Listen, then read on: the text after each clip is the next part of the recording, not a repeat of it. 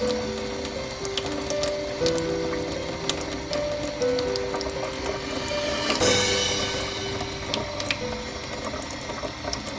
Deb, and this is True Horror Stories Film.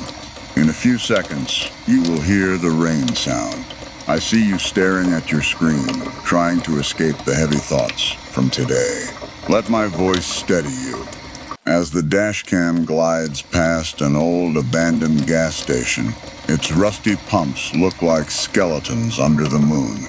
I can feel a sudden chill inside my car, a heavy supernatural goosebump wrapping around my chest.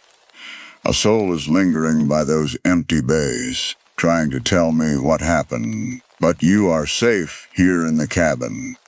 As I am hearing this rain while driving, no worries. When the story starts, it will all calm down naturally and make the atmosphere soothing so you can relax for the rest of the night. The modern world leaves us exhausted, but stories heal. Before we begin, if these videos help you drift off, it would mean a lot if you left a like or subscribed or just wrote something small in the comments. Even a single word. It helps other tired people find their way here too. Now, let us begin. I have been inside a great many buildings that other people have given up on. Old things, heavy things, buildings that have outlasted every use that was ever made of them and are waiting, in the patient way of structures that were built to last, for someone to decide what they are for next. I have learned to read them the way you learn to read anything you have given years of your attention to. Not with your eyes first, but with something underneath your eyes. Something that registers before the conscious mind has caught up. A building tells you what it has been used for before it tells you anything else. You just have to know how to listen. I walked into a building in Fall River, Massachusetts on a Tuesday morning in November, and I listened the way I always listen, and the building told me nothing. And that silence is the thing I have been trying to understand ever since. I want to start with what I know how to do, because it matters to everything that follows. I am a preservation architect, have been for 12 years, the last 8 of them independent, working out of a studio in Providence that occupies the second floor of a building. I restored myself in my first year of practice, the kind of project you take when you are new and need the work, and end up caring about more than you expected. I restore historic buildings, not restore in the cosmetic sense, not paint colors and period hardware, but restore in the sense of returning a structure to structural integrity, while preserving the material record of everything it has been. My work is essentially forensic. A building holds its history in its fabric, in the wear patterns of its floors, and the modifications made to its walls, and the sequence of construction visible in its exposed structure. And my job is to read that history accurately before I touch anything, and to preserve the reading even as I address the problems. I read buildings the way other people read faces. Before I touch a tool or write a specification, I stand in a space and I let it come to me. I listen to what the structure is saying about what it has been. I have been doing this long enough that the listening has become something I cannot turn off. A professional habit that operates whether I am working or not. That makes me the person at dinner parties who runs a hand along a door frame without thinking about it and comes away, knowing the house was added on to in the 1950s by someone who cared about speed rather than quality.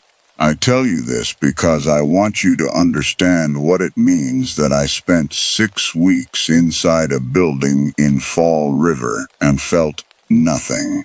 The commission came through, the Fall River Historical Society, in October.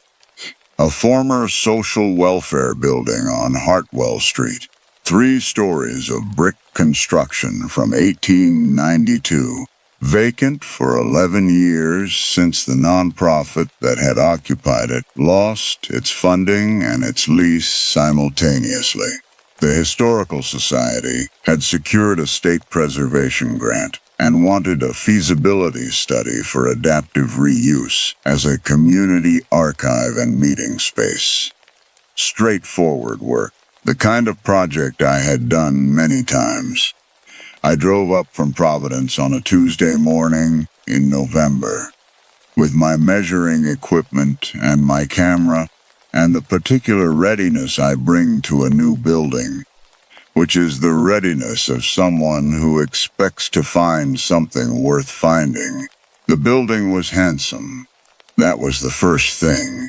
Solid brick construction, good proportions, the original windows intact on the upper floors, arched, with the decorative terracotta surrounds that the better institutional buildings of that period used to signal permanence and civic seriousness. There was a small courtyard on the south side, accessible through a gate in a low brick wall, and in the courtyard a garden that had gone wild across 11 years of vacancy, the overgrown paths of what had been a formal planting visible underneath the weeds, and at the center of the garden a well. It was sealed. A heavy steel plate, bolted at the edges, surface gone to rust in the patient way of metal left to weather without maintenance. Someone had placed a pot of dried flowers on top of it. Chrysanthemums, long dead, the pot tipped slightly, the dry soil spilling across the rust in a small fan shape the wind had been working at for some time. I noted it in my survey as a garden feature. Sealed well, steel cover, condition consistent with long-term vacancy, possible structural relevance to drainage assessment. I moved on. I want to be precise about this. I noted it and I moved on. I am a person trained to notice everything in a building and assign it its proper significance in the hierarchy of what needs attention. And the sealed well was not at the top of that hierarchy on a first survey, and I moved on. I felt nothing. No particular quality of attention settling on it. No reason to linger. I felt nothing for 6 weeks. The interior survey occupied the first 3 days. Buildings of this age in southern New England have a layered quality that rewards patience. Each generation of use leaves its own marks, and the marks accumulate in sequences that can mislead you if you are not careful about reading them in the right order. The upper 2 floors had been the social welfare offices. Most recently, the rooms subdivided with mid-century partitions that interrupted the original spatial organization, but left it recoverable. The original floor, 1892 construction, solid oak boards laid in a herringbone pattern that was visible where the later flooring had been removed, was intact beneath the more recent surface. The plasterwork was damaged in the way of buildings that have been heated unevenly for decades. But the original ornamental elements were present in enough quantity to inform a restoration. The ground floor was different. In buildings of this type and period, the ground floor typically housed administrative functions and public-facing spaces. This ground floor had been substantially modified at some point in the early decades of the 20th century, and the modification was not the kind made for comfort or for program. The back rooms, 3 of them, opening off a central corridor that ran the length of the building, had been rendered. Not in the ornamental sense, in the practical sense. The original brick walls had been coated with a thick layer of dense plaster, applied not for appearance but for impermeability, and the floors in 2 of the 3 rooms had received the same treatment, a smooth, dense coat that covered the original boards entirely. In the corner of the rearmost room, barely perceptible, unless you were looking for it, the floor had a slight slope toward the back wall, less than a degree. The kind of grade you put in a floor when you need liquid to drain in a specific direction. I noted this in my survey as an anomaly requiring investigation. Possible water intrusion history. Possible later. Use incompatible with original construction. I flagged it for follow-up and moved on. The caretaker who gave me access each morning was a man from the Historical Society named Gerald, retired, who had been looking after the building since the previous tenants departed, and who had a conversational manner that was pleasant and not intrusive. On my 4th morning, as I was working in the south courtyard taking measurements for the drainage assessment, Gerald came out through the back door with 2 cups of coffee and handed me one, which was the kind of gesture I appreciated, in a way I was too focused to say adequately. And he stood for a moment looking at the sealed well. He said, "You know what they call this building?" I said I knew it as the Hartwell Street Social Welfare Building. He said that was the official name. He said the people whose families had been in this part of Fall River for a long time had another name for it. He said it the way people in small communities say the names of things that have been true for so long they no longer require explanation. He said they called it the House on Hartwell. And then he said it used to have a different name than that. He said, some of the older families still used the older name. He told me what the older name was. He said it meant, translated roughly, the Welcome House. He said it in the same flat, careful way you describe a road that leads somewhere you do not go. Then he went back inside, and I stood in the courtyard with my coffee going cold in my hand, and the dead chrysanthemums tipped on the rust of the sealed well, and I thought about what he had said for approximately 30 seconds. Then I went back to my measurements.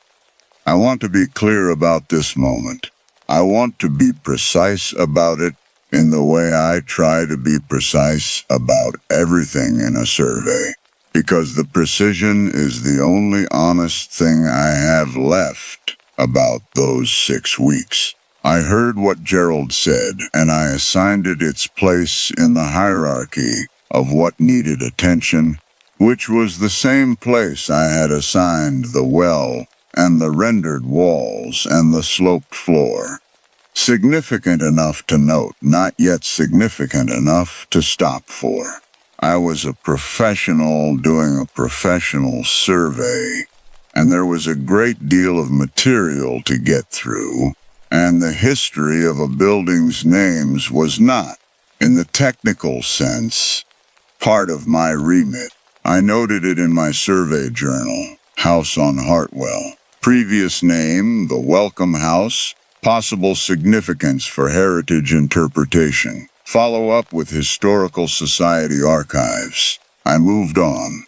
The Historical Society had a reading room. Small, careful, the kind of archive run by volunteers who understood that what they were protecting was irreplaceable and treated it accordingly. I went there on my 6th evening after the day's survey work, because I wanted to understand the building's ownership history before I made recommendations about its structural future, and ownership records in Fall River live in archives rather than centralized databases, because this is a city where the record keeping has always been personal rather than systematic. The archivist was a woman named Patricia, who knew the Hartwell Street building the way archivists know the buildings that show up in their collections more than once across different record sets. She pulled 3 folders without being asked and set them on the table in front of me. And she sat down across from me and folded her hands. She said, "I wondered when someone doing work on that building would come in here." She said it the way you say something you have been waiting to say for a long time and have not had the right occasion for. She told me what she knew in sections, the way you tell the history of something that is difficult to say all at once. She told me that Fall River, in the first 2 decades of the 20th century, had been a destination for immigrants from Portugal and Poland, and the Azores, and later from Italy and Hungary and Greece, following the mill work the way people follow the only work available, arriving with very little and needing help navigating an unfamiliar city in an unfamiliar language. She told me that help had arrived in the form of an employment and assistance agency that opened its offices in the building on Hartwell Street sometime around 1905. Staffed by people who spoke the languages of the arriving immigrants and understood their needs and offered, specifically, to help them find housing and work and to assist them in sending money back to their families. She told me the agency had targeted people who arrived alone, without family already in the city, without connections. People who had used everything they had to cross the ocean and were starting from nothing in a place where nothing was familiar. She said the agency told them to bring their money when they came for their intake appointments, that it was safer to have it with them than to leave it in a rooming house, that they would help them open an account in an American bank, which was complicated if you did not know how, and they would explain the process. She said, the people who went to the Welcome House on Hartwell Street went in believing they were going to be helped. She stopped for a moment. The reading room was very quiet. The archive shelves held their folders in the careful way of things maintained by people who understand that what they are keeping is the only record of something. She said a man survived. She did not know his name. He had appeared in a police report from 1911 as a complainant, described only as a male immigrant, nationality listed as uncertain, who arrived at the 3rd District Police Station with injuries to his head, and reported that he had gone to an office on Hartwell Street, and that men inside had attacked him, and that he had escaped through a door at the rear of the building. The police had gone to the building. What they found in the courtyard had led to an investigation that resulted in 3 arrests and a trial and 2 convictions and a sentence for each of the 2 men convicted that Patricia described as inadequate given what had been found. She did not describe what had been found in the well. She did not need to. I drove to the building after I left the archive. I had a key to the courtyard gate. I parked on Hartwell Street, and I sat in the car for a few minutes before I got out, not because I was preparing myself for anything, or at least that is what I told myself, But because I had a habit of sitting for a moment before entering a building I was about to look at differently than I had been looking at it. The courtyard was lit by the street light coming over the gate. The overgrown garden paths cast shadows that made the formal layout beneath the weeds visible in a way that the afternoon light had not quite revealed. The chrysanthemums were still tipped on the rust of the steel plate. I stood at the gate for a moment, my hand on the iron, the cold coming off the bay in the specific way it comes off Mount Hope Bay in November, which is not the sharp cold of inland winters, but the steady, patient cold of water that has absorbed the summer and is releasing it slowly into an autumn that does not want it. I opened the gate and went in. I walked to the back wall of the building, to the door that opened into the rear corridor, the one that ran the length of the building and gave access to the 3 back rooms with their rendered walls and their dense, impermeable plaster floors. I stood in the doorway of the rearmost room. The small slope toward the back wall was visible even in the poor light now that I was looking for it in a different way than I had been looking for it before. My hands were flat against the rendered wall. The plaster under my palms was cold and smooth, and absolutely impermeable, as it had been designed to be, applied with the intention of a surface that could be cleaned. And I thought about the word cleaned, about what that intention meant in this room, and my hands did not move. But something inside me went very still in the way that things go still when the body has understood something the mind has not quite caught up to. I pressed my thumb into my palm and held it there. The building had told me what it was used for. It had told me in the first week in the language that buildings use, which is the language of material and modification, and the evidence of use left in structure. The dense rendered walls, the impermeable floors, the slope toward the drain point, the well at the close distance from the back door, close enough that a man who knew what he was doing could move between them efficiently, in the dark, without drawing attention from the street. The building had said all of this in the only language available to it, and I had heard it and filed it correctly, and noted it for follow-up, and moved on. I had moved on because that is what my professional methodology does. It receives information and assigns it to the correct category and flags it for appropriate action and continues. The methodology is good. It is the reason I am able to do what I do, to stand in a building and take its full measure without being overwhelmed by it, to maintain the analytical distance that allows me to read what I am reading.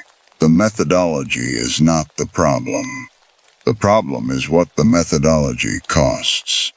I stood in the rearmost room of the building on Hartwell Street in the November cold with my hands against the rendered wall, and I understood for the first time in 12 years of practice that reading a building correctly and understanding what you have read are 2 separate operations. That I could perform the first with great precision, and had for 12 years mistaken that precision for having performed both. That arriving at the correct answer through the correct methodology from behind the correct professional distance was not the same as standing inside the answer without the distance between you and it. The people who went through the gate at the front of this building went in believing they were going to be helped. They had crossed an ocean with everything they owned, and they had been told in their own language by people who seemed to understand their situation that help was available here. They had walked through the same garden where the dead chrysanthemums sat tipped on the rust of the steel plate, and they had gone through a door and into a corridor and into a room with a smooth, impermeable floor that sloped toward the back wall, and they had kept believing for as long as they were able to keep believing that they were in the right place. My vision did something at the edges, not quite narrowing, more like a shift in what the periphery was showing me, as though the room were larger than its dimensions, as though the walls were further away than the measurements I had taken suggested they should be. I was aware of the cold very specifically, in my hands and in the back of my throat, and I was aware of the sound of the bay somewhere beyond the buildings. The steady presence of water that did not care what had happened in this room or in this courtyard or at the bottom of the well.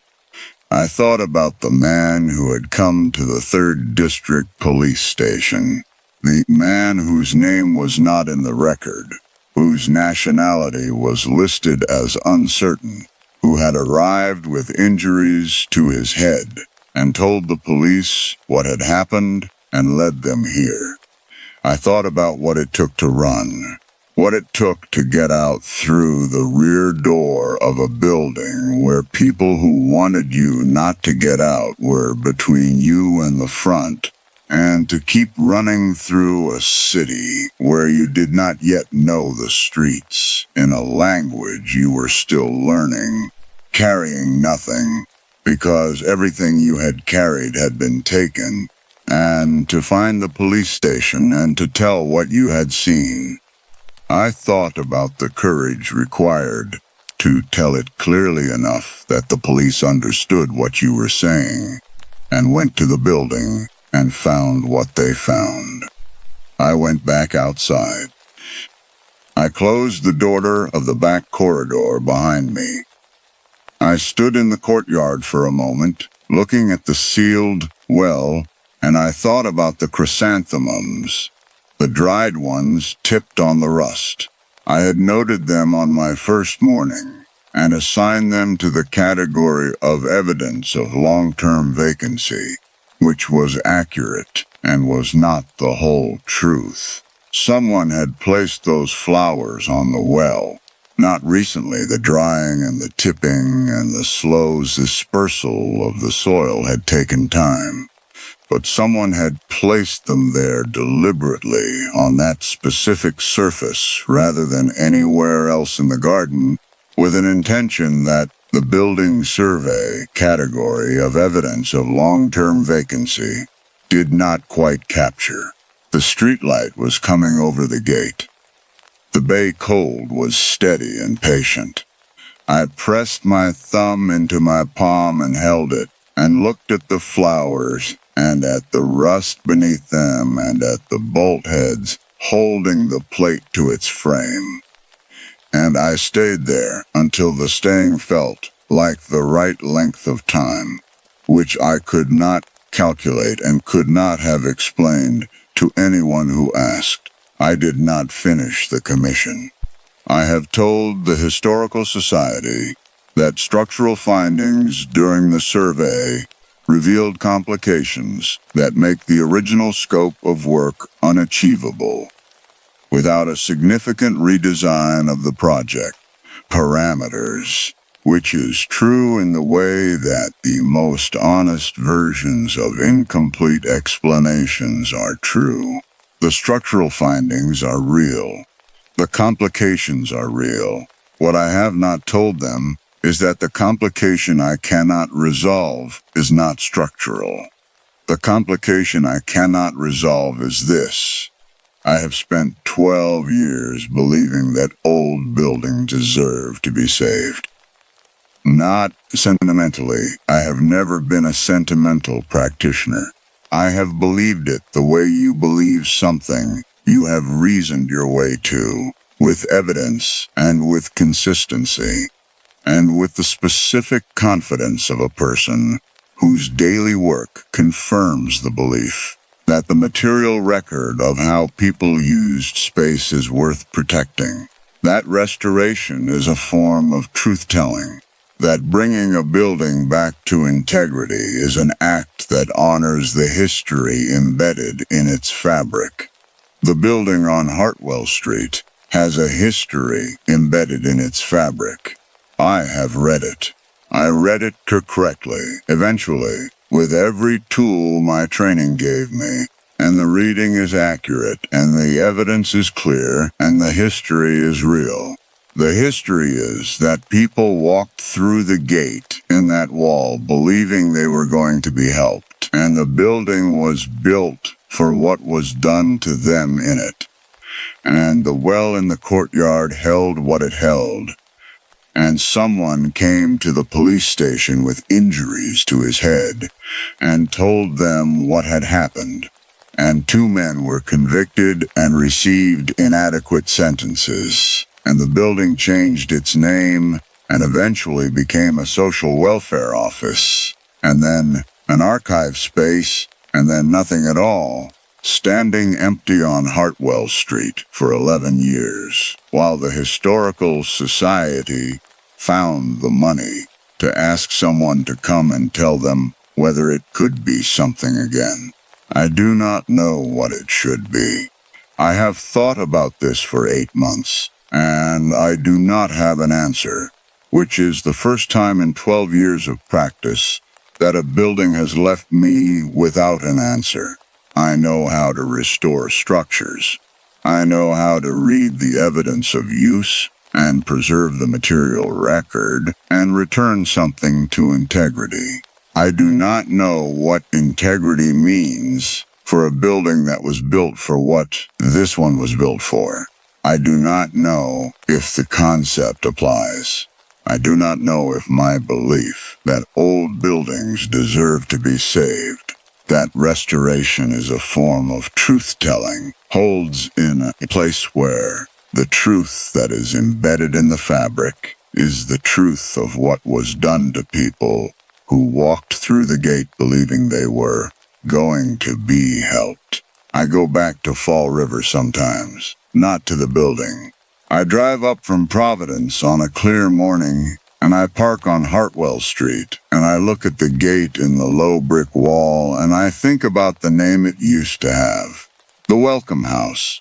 I think about what welcome meant in this context, and what it cost the people who heard it and believed it, and what it costs now to say it, standing outside a gate with the courtyard and the garden and the sealed well behind it. The chrysanthemums are still there. Someone put new ones on the well last autumn, I noticed on my last visit. Fresh ones times, still holding their color, placed in a pot that was not the one I had noted in my survey. Someone in this city puts flowers on that well, has been putting them there probably for a long time, not as a monument, not as a marker, as something quieter than that. I stood at the gate on my last visit, and I looked at the flowers, and I thought about my training, about the methodology that had carried me through 6 weeks in that building, noting and filing and flagging and moving on, doing the work correctly, and arriving at the correct conclusions by the correct means at a professional distance that I had spent 12 years cultivating, because this distance was what made the work possible. The distance is real. The work it makes possible is real and good and matters. I am not saying otherwise. What I am saying, what I have been trying to say for 8 months, in the way you try to say something that does not have a clean, professional language yet, is that the distance and the understanding are not the same thing. That you can read a building correctly from behind the methodology, with all the tools your training has given you, and arrive at an answer that is accurate in every measurable sense, and still be standing outside what the answer means. That the gap between a correct reading and a complete one is not a gap you can close with better methodology. It is a gap that requires something the methodology does not provide, which is the willingness to let the building be the size it actually is, without the professional distance between you and its real dimensions. I know what the building on Hartwell Street was used for. I know it with the precision my training allows, and the precision is real, and it does not feel like enough. The flowers on the well are red. I can see them from the gate. They are very red in the gray November light, placed there by someone who has never stopped knowing what is underneath, who has always known, who does not need a survey or a methodology or a professional framework to understand what is in that courtyard. They put the flowers there anyway, every year, in the cold. That is the only restoration that place is ever going to get. And standing at the gate on a clear morning in July, 8 months after I walked away from the commission, I think it might be the only one that was ever possible. I think it might be enough. I am still deciding if I believe that. There is a question I cannot stop asking, not out loud. I ask it the way you ask a question that has no answer, in the dark, at the end of a long day, with the specific exhaustion of a person who knows better than to keep asking and cannot stop. The question is this: what kind of person I would have been on that island? Not what I would have done. I know the research. I understand the mechanisms. I have published papers on exactly this. The question I cannot answer, the one that has kept me awake on the coast of West Australia and in my office in Perth, and in every quiet room since, is the one the research never answers. Whether I would have been the exception, and whether, if the exception is not something you choose, but something you simply are or are not, my certainty that I would have been means anything at all. I want to tell you about Jan Hendricks X6, because he is the one I think about most. He was a soldier from Bremen, 24 years old when he boarded the Batavia in October of 1628, which means he was 24 years old when the ship struck Morning Reef in the dark hours of June 4th the following year, and 24 years old, he took on Beacon Island in the weeks after that and made the choices he made. He was not exceptional. He was not disturbed. Not in the way that Geronimus Cornelius was disturbed. Not in the way the historical record has come to categorize Cornelius as a specific category of dangerous person. Jan Hendricks was a young soldier from a German city who had signed on with the Dutch East India Company because the VOC was where a young man with few prospects and some appetite for the world went in 1628. He was in every available measure ordinary. When Francisco Pelsiert returned to Beacon Island with the rescue ship in September, 3.5 months after sailing away for help, he interrogated the survivors and the captive mutineers with the methodical thoroughness of a company man who understood the VOC would require accounting. The transcripts of those interrogations exist. They are in the Dutch National Archives. I have read them in the original Dutch and in translation, more times than I can accurately count.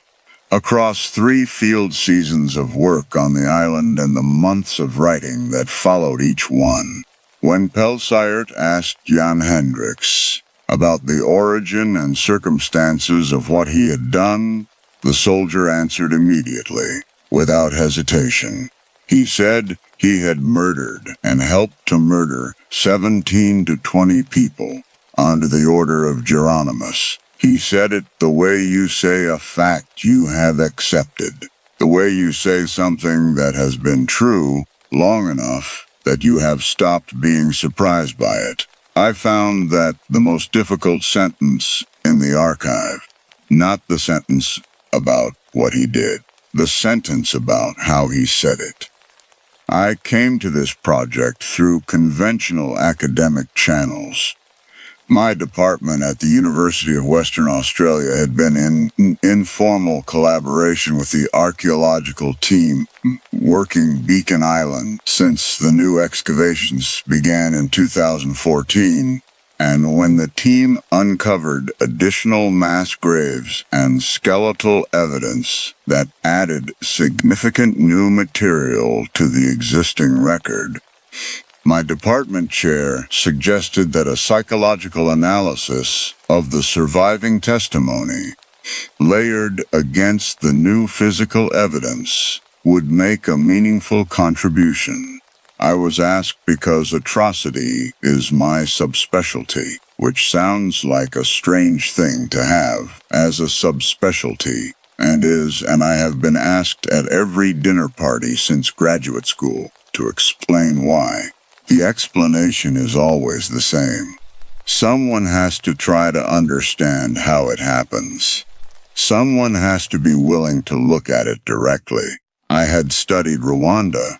I had studied the Stanford prison experiment and its documented failures of methodology and its undeniable core findings, regardless of those failures.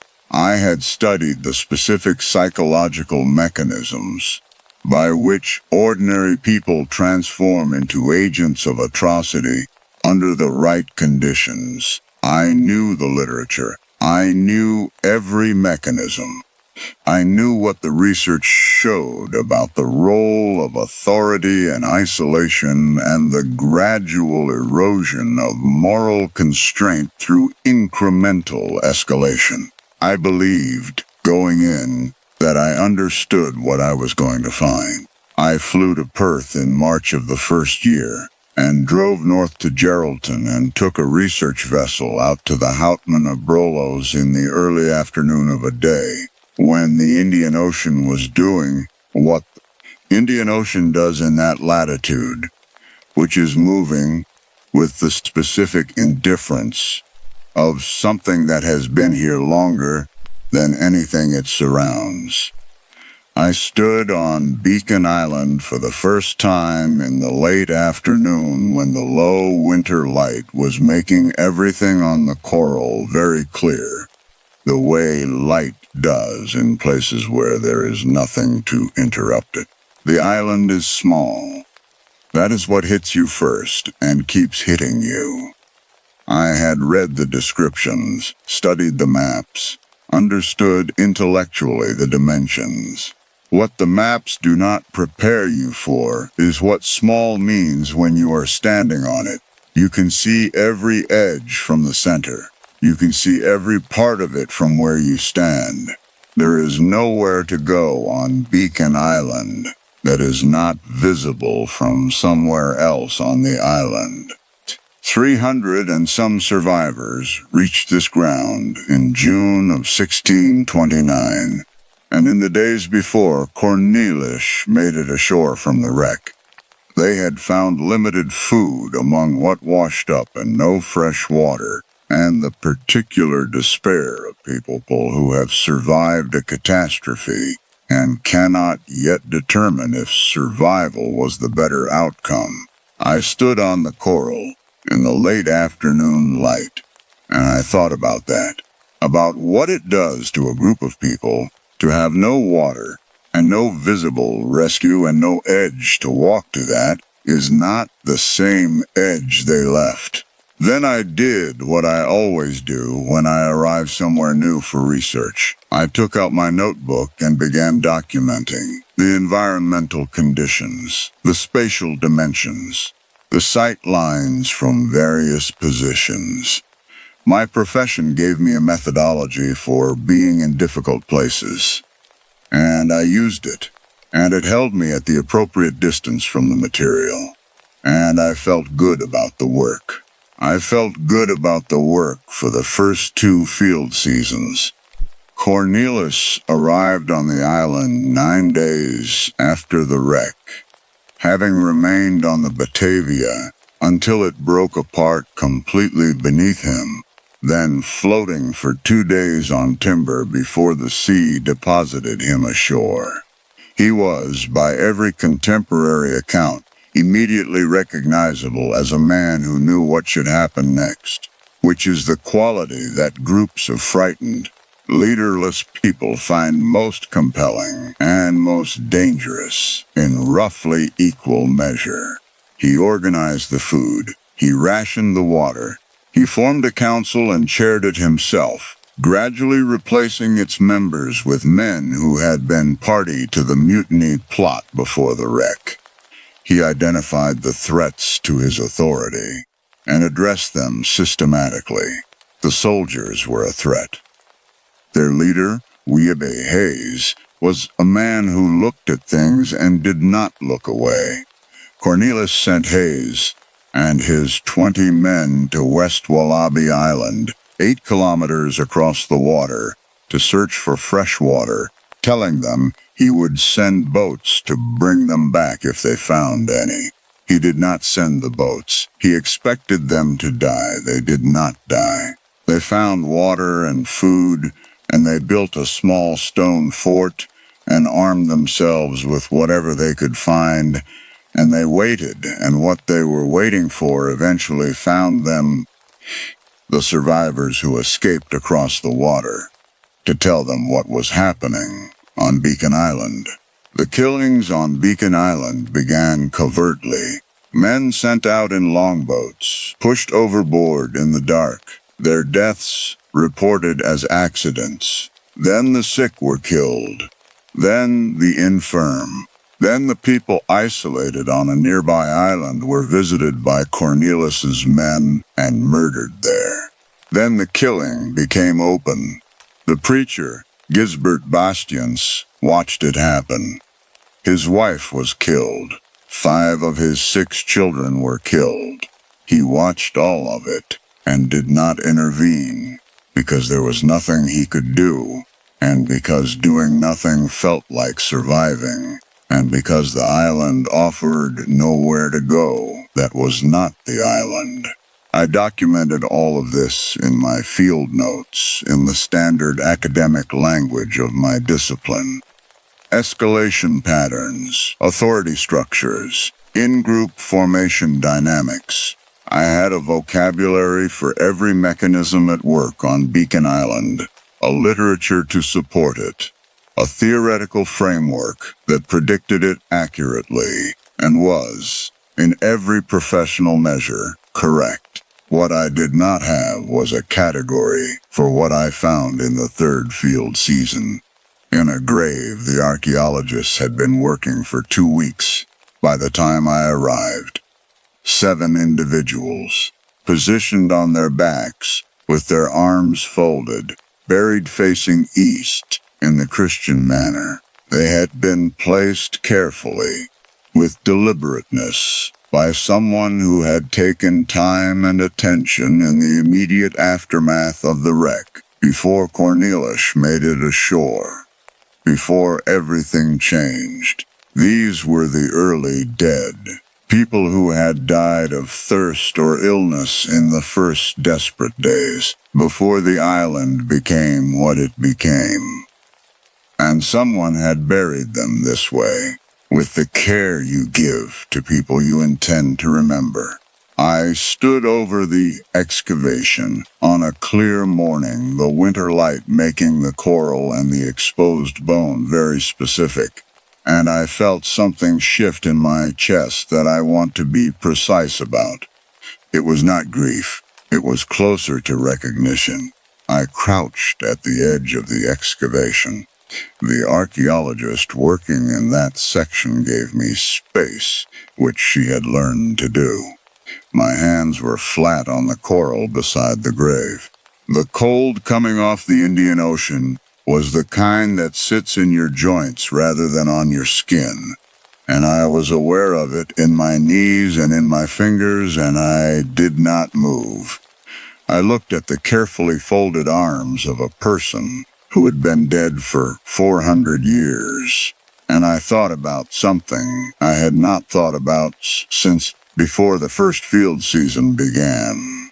My colleague, the one who had worked alongside me for 7 years and done what he did.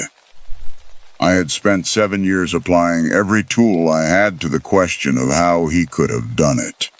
The mechanisms, the conditions, the specific psychological factors that produce betrayal in professional contexts that should prevent it.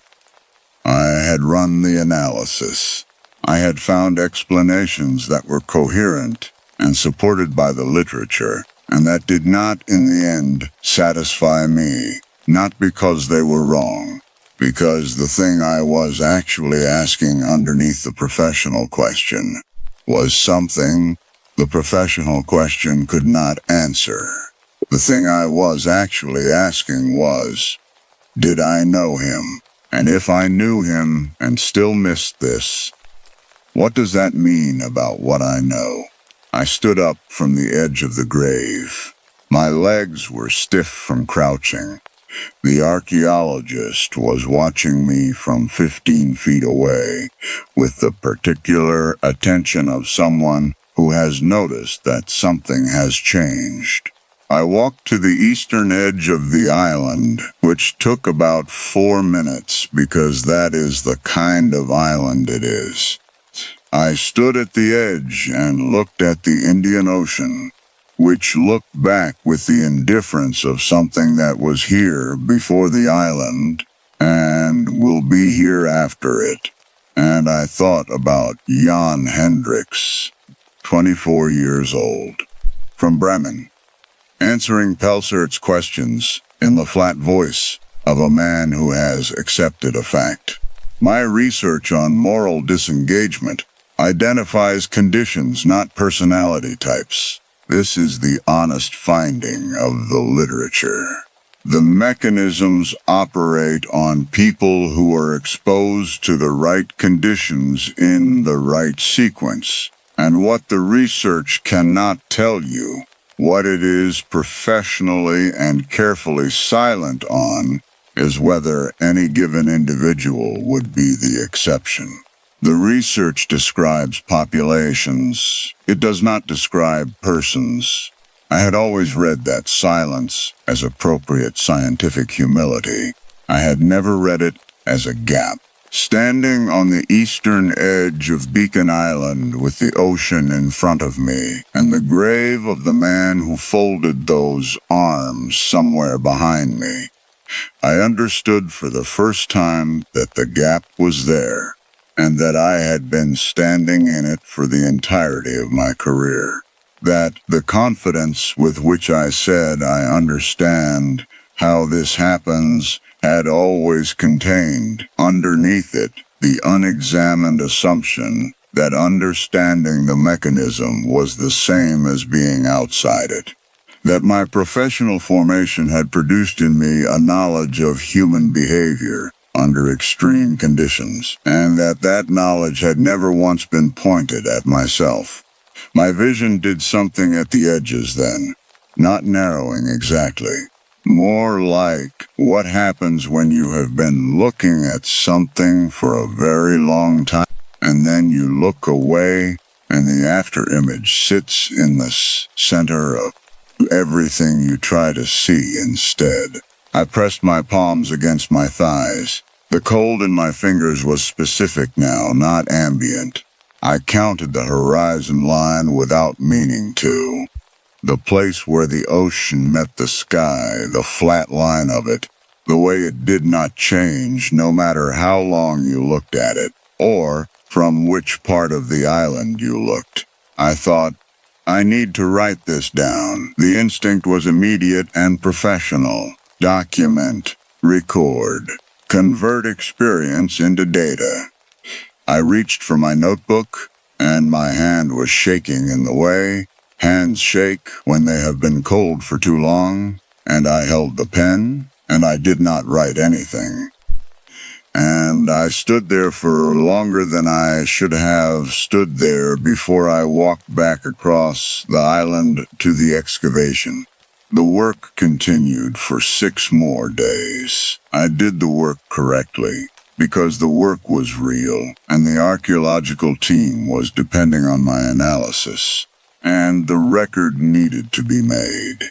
I documented, I analyzed, I wrote field notes in the precise language of my discipline. And underneath all of it, running parallel to all of it in a channel I did not have words for yet, was the question the island had handed me at the edge of that grave, and that I had not been able to put down since. Not what I would have done. That question has an answer, or has the appearance of one, which is that I will like to think I would have been the man who folded those arms, who buried the early dead carefully, and then kept living on the island through the weeks that followed, trying to remain himself in a place that was systematically dismantling the conditions that made remaining yourself possible. The question underneath that one is the one I cannot answer. Whether trying would have been enough, whether what he had that allowed him to remain himself for as long as he remained himself was character, or formation, or faith, or simply the luck of not yet being in the right conditions at the right moment with the right authority figure providing the right permission, and whether the difference between the man who folded the arms and the man who later dug the disordered graves is a difference of person or a difference of circumstance, and whether I have any real basis, any honest basis, for placing myself on one side of that line rather than the other. I flew back to Perth on a gray Tuesday afternoon at the end of the 3rd field season, and I sat in my window seat and watched the Houtman Abrolhos go small below me and then disappear into the ocean. And I thought about the island's dimensions, how small it was, how you could see every edge of it from the center, how there was nowhere to go on it that was not visible from somewhere else. I thought about what the research calls a total institution, an environment so enclosed that the rules inside it become the only rules that exist. Prisons, ships at sea, coral islands in the Indian Ocean with no fresh water and no rescue and nowhere to go that is not the island. The research is clear about what total institutions do to the behavior of the people inside them. It is one of the most replicated findings in the field. What the research is not clear about, what it cannot be clear about with any honesty, is which people those findings apply to, and which they do not.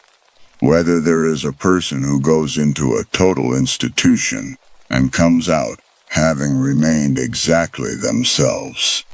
Whether that person exists because of something in them or because of something in the specific conditions they encountered and the specific sequence in which they encountered it. Whether remaining yourself is a thing you do or a thing that happens to you when the conditions are right.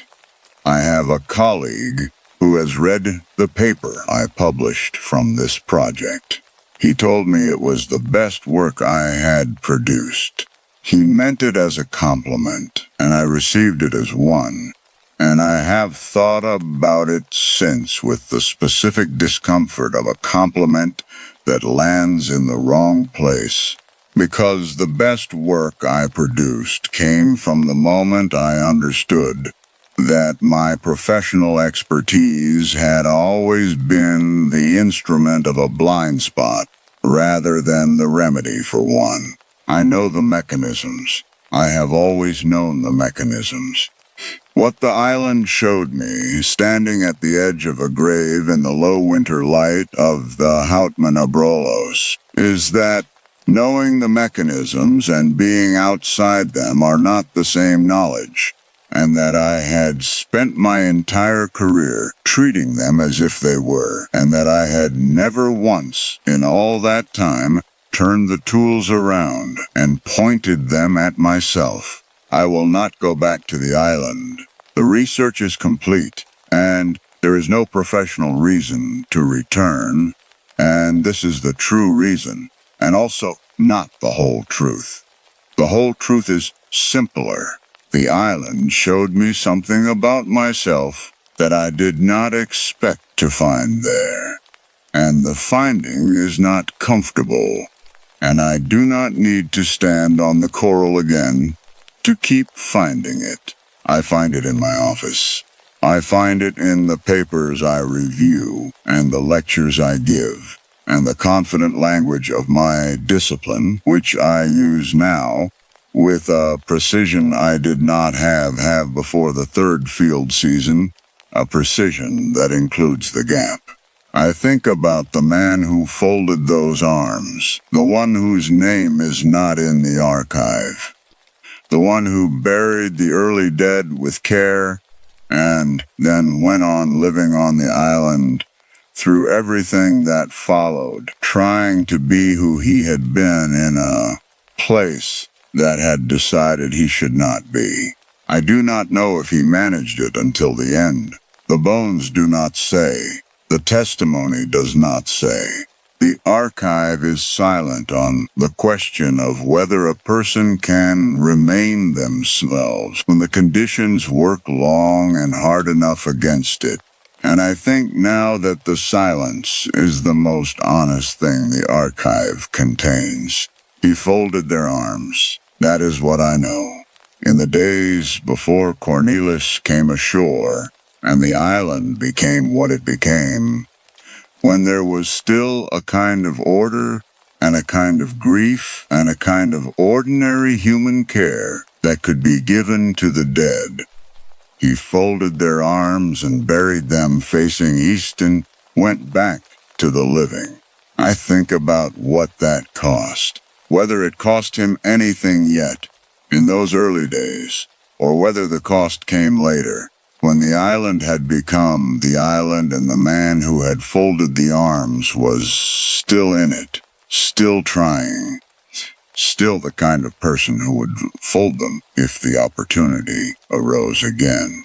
Whether the trying was enough, whether it is ever enough. The coral of the Houtman Abrolhos holds the color of old bone. I know this because I stood on it across 3 field seasons and looked at it in every kind of light the Western Australian winter offers, which is considerable, low angle and specific and unsparing, the kind of light that makes pretense impractical. I have not found solid ground in the question the island handed me. I do not expect to. What I have found is the question itself, clearly, without the professional apparatus I used to put between myself and it. I carry it the way you carry something you picked up without meaning to and then understood, too late, that you cannot put back down. Jan Hendricks, 24 years old, from Bremen, saying what he said to Pelsiert in the flat voice of a man who has accepted a fact. I think about him in the dark, at the end of long days, with the exhaustion of a person who knows better than to keep thinking about this and cannot stop. I think about what his voice sounded like before the island, whether it had that quality then, that flatness, that acceptance, or whether the island put it there, whether the island built something in him, or revealed something that was always there, waiting for the right conditions to become audible. I do not know. The archive does not say. The bones of the man who folded the arms do not say, lying in their careful east-facing arrangement in the coral of a small island 65 kilometers off the coast of Western Australia, in the low winter light that makes everything very clear and very specific, and in the end, no easier to see. What I have for you tonight is slow and cold, and it is going to stay with you a little longer than you might expect. That is all right. That is exactly what I need you to let it do. There is a name written on a label in my memory that I cannot stop seeing. My own name in black print on a white adhesive strip in a room I was never supposed to find. I have thought about it every day for 8 months. I have thought about what it means that my name was already there, already written, already waiting, before I ever walked through that door.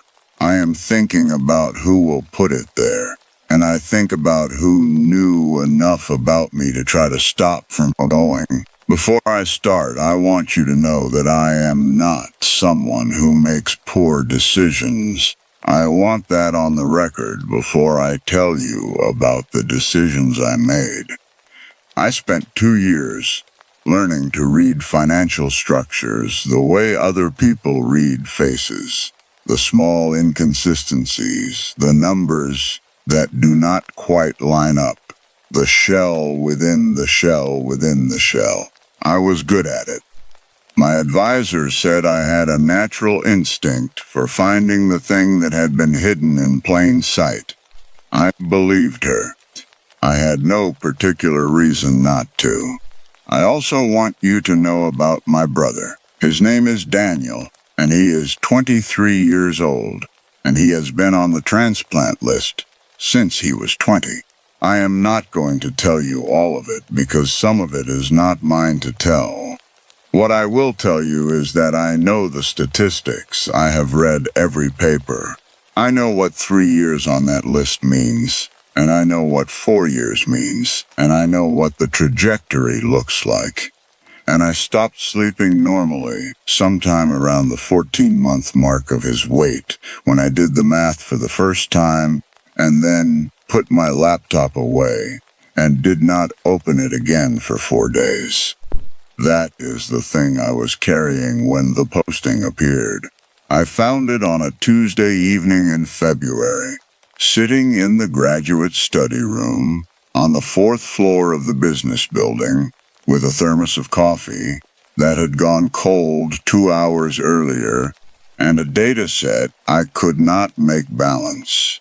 The posting was on a general university jobs board, the kind where teaching assistant positions sit next to dog-walking gigs and requests for research participants. The position was listed under administrative and clerical.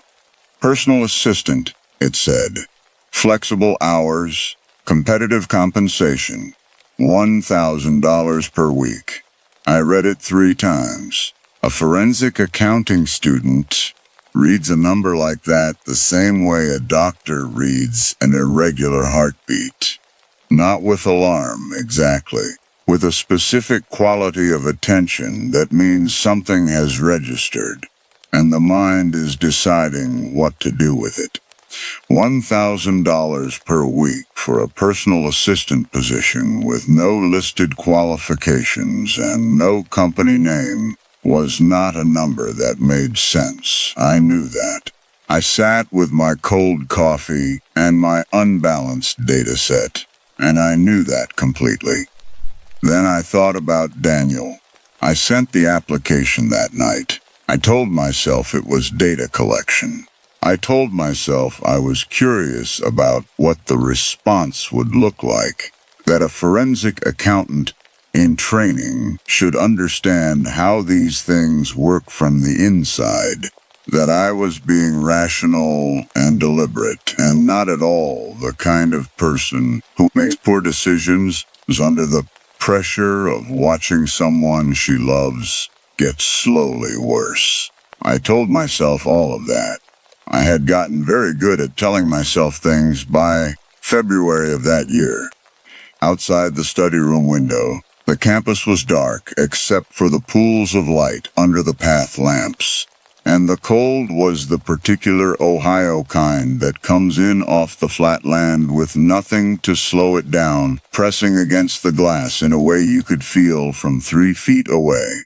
A maintenance truck moved slowly along the outer road, its amber light turning. I watched it until it was gone, and then I closed my laptop and went home.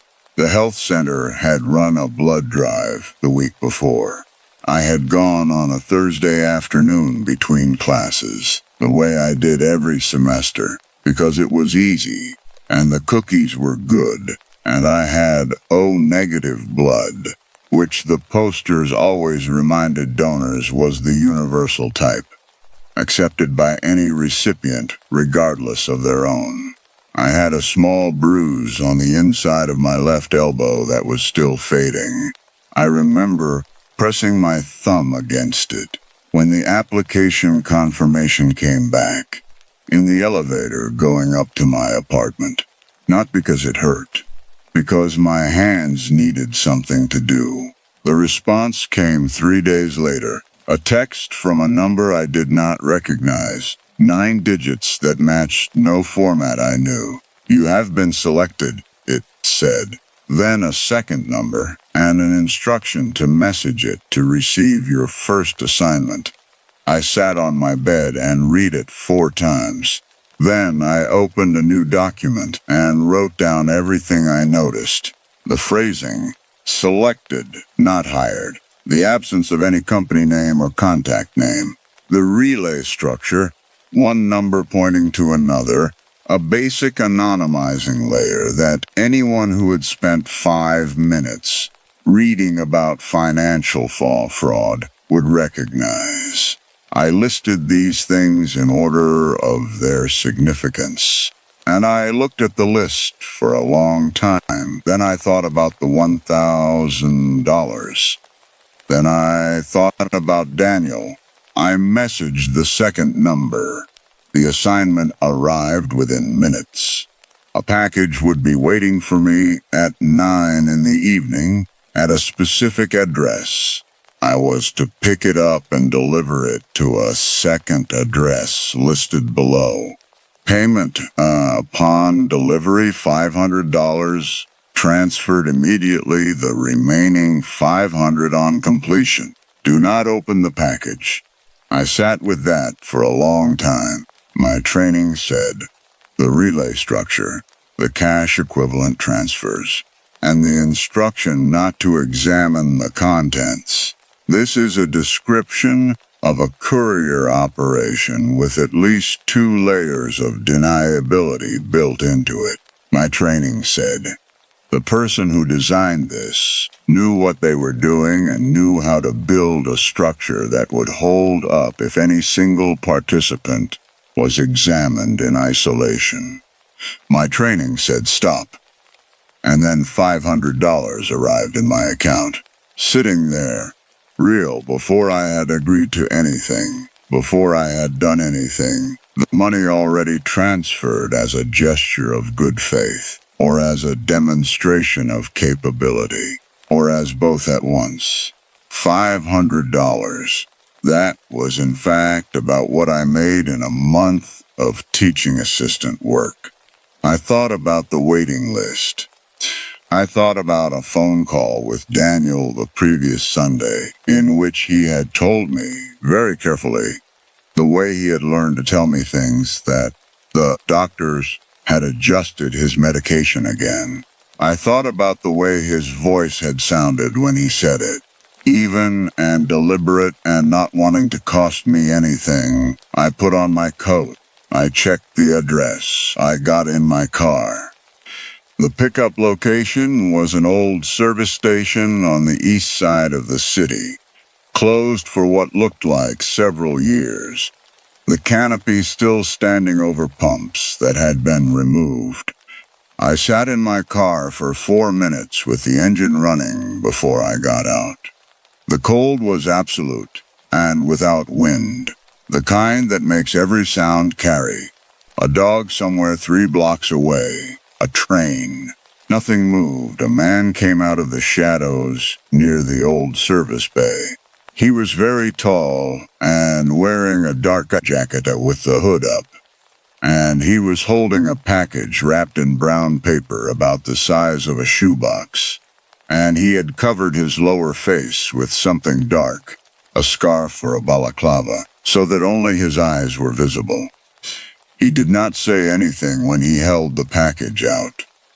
He shook his head slightly when I reached for it, then handed it over when my hand was extended. He told me to drive straight to the drop-off point. He told me not to stop. He told me not to look inside. He said all of this in a voice that was completely level, not threatening, not warm. The voice of someone doing a job they have done before. I put the package in the passenger seat and drove. I am a person who, under normal circumstances, does not have difficulty thinking clearly. I want to be precise about what happened in that car on that drive, because I have spent a lot of time trying to understand it. I was not frightened yet. What I was doing, while I drove with the package on the seat beside me, was constructing a framework. Pharmaceutical trials sometimes used independent couriers for controlled substances to maintain the chain of custody. Legal firms moved sensitive documents. There were legitimate reasons for anonymized pickup structures. I was building the framework carefully, one plank at a time, and I was focused on building it that I almost did not feel the cold that had settled into my hands where they gripped the wheel. My phone buzzed. Do not deliver the package. I slowed. Another message. You are in danger. If you deliver this, you will not see tomorrow. I looked in the rear-view mirror. There was a large dark SUV behind me. Close. Too close for coincidence. Too close for the empty road at that hour. Every framework I had built in the previous 15 minutes dissolved in approximately 2 seconds. Not because of the messages. Because of the way the SUV sat behind me. Patient, unhurried, the way something sits when it already knows where you are going. My mouth went dry. My vision did something at the edges that I recognized from exactly one other moment in my life, which was the moment a doctor had said the words transplant list to me in a room with a window that had a view of a parking structure. And I had looked at the parking structure very carefully for a long time while the doctor kept talking. I thought, I wonder if I turned off the light in the bathroom. I had left it on. I knew I had. That was the thought my mind brought me in that moment. The most manageable thought available. The one it could hold without the thing behind it getting through. Then, SUV hit my rear bumper. What happened next I can only describe as the body making decisions that the mind had not finished making. My foot went to the accelerator before I had decided to accelerate. The car was moving fast before I understood I was running. The SUV came behind me, filling the mirror. A message. Turn coming. Take it. I took the turn. I do not know why I trusted the messages, rather than dismissing them as part of whatever this was. I have thought about that for 8 months, and I still do not have a clean answer. The SUV went straight. I sat on a dead-end road with my engine running and my hands shaking so badly I could not have held a pen. And I pressed my right thumb against the bruise on my left elbow. because my hands needed something to do.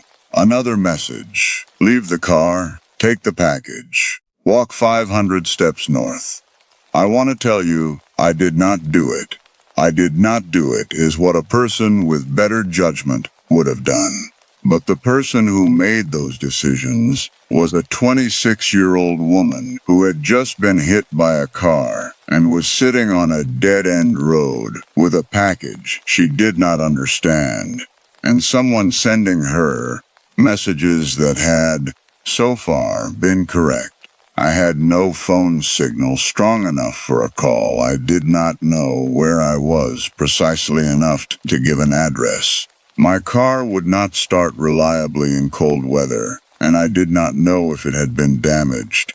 I got out. I walked north, counting. At 500 steps, the road ended. Grass and flat, dark land beyond it. A message told me to find a metal hatch near the ground. I turned my phone flashlight on and found it within a minute. A heavy steel panel set flush with the earth. The kind of thing you might not notice in daylight and would never find in the dark unless you were looking. I stood over it for a long time. I thought about the name on the lab requisition form from the blood drive. My name written in neat black print on a white label, the same way it would be written on a clinical specimen tag. I had seen them on the rack in the health center lobby the week before, and thought nothing of them. A row of white labels with black print, waiting to be assigned. I had thought nothing at all. I opened the hatch. There was a slope, not a ladder, descending into the dark. I could not see the bottom. Behind me on the road, I heard an engine. I went in. The slide was long. Long enough that I had time to understand I was going much further underground than I had expected. Long enough for the cold to change quality, becoming the different cold of deep enclosed spaces.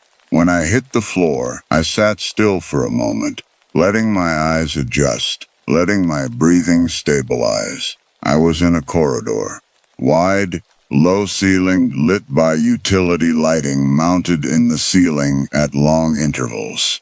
The walls were bare concrete, except for markings I could not identify at distance. Shapes, not words. Repeated at intervals, the way symbols are repeated when they mean something specific to the people who put them there. A man appeared at the far end of the corridor. He was tall and his face was covered, and his eyes, when they found mine, held a quality I have never been able to name precisely. Not cruelty. Something more considered than cruelty. He told me to give him the package. I asked him what was in it. He took a knife from his pocket. My phone buzzed. In the moment that his attention broke to look at what I would do, I turned and ran. There was a door at the end of the corridor in the direction I had come from. I went through it without slowing and stopped on the other side. I was in a room with monitors, 8 of them arranged in 2 rows, all active, and on those monitors were images I recognized. The street outside my apartment building, the 4th floor study room of the business school, the specific bench in the quad where I ate lunch when the weather allowed, the corridor outside my seminar room, my building's lobby, my kitchen window, from an angle that meant the camera was somewhere across the alley. My kitchen window, I stood in front of those monitors and understood, in the specific way that a forensic accounting student understands things, that this was not surveillance collected in anticipation of tonight. This was an ongoing operation. These were feeds. Someone had been watching me for long enough to install cameras in at least 5 separate locations, long enough to know my schedule well enough to route a package courier to me specifically, long enough to know that I walked the north path between buildings on Tuesday and Thursday evenings, and sat at the bench on the east side of the quad when the sky was clear. Someone had been watching me for long enough to know my blood type. The lights went out. Smoke came from somewhere low in the room. The last thing I saw before my vision went was the monitors going dark one by one. I came back to consciousness in a room with orange light and 2 other people, a young man and a young woman, both restrained and unconscious. My own hands and feet were bound.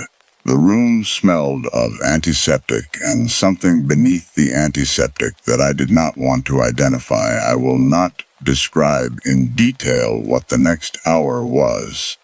I will tell you that the young woman was taken into an adjacent room, and that the sounds from that room were sounds I have not been able to stop hearing. That the young man woke up when I kicked him, that we freed each other and freed the young woman and found a passage that led upward through the dark. We came up inside a hospital, a large, well-lit, functioning hospital, the kind with a gift shop visible from the lobby and a reception desk and a television mounted on the wall showing a late news program. We stood in a utility corridor looking at it. We were underground, and then we were inside a hospital that had been above us the whole time, connected by something we had just crawled through. I thought the blood drive was on campus. The health center partners with this hospital for student health services. I had signed a form that said so. I had signed it 3 semesters ago and forgotten it the moment the pen left the paper. A man came around a corner and saw us.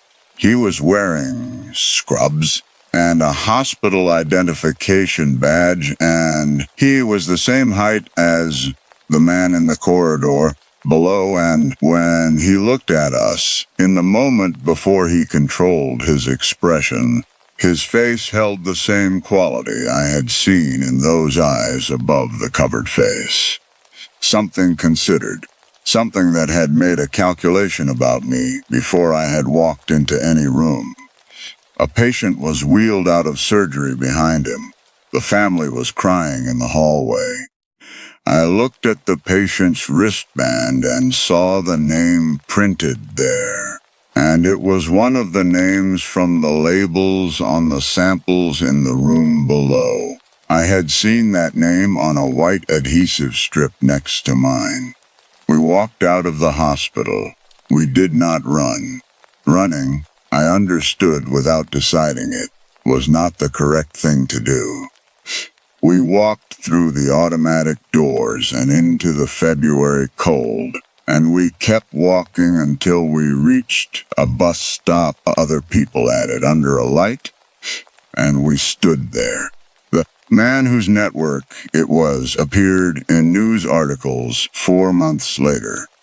I read the first article sitting in a different city, in a different apartment, in a program I had transferred to, without fully explaining to anyone why I needed to leave Columbus.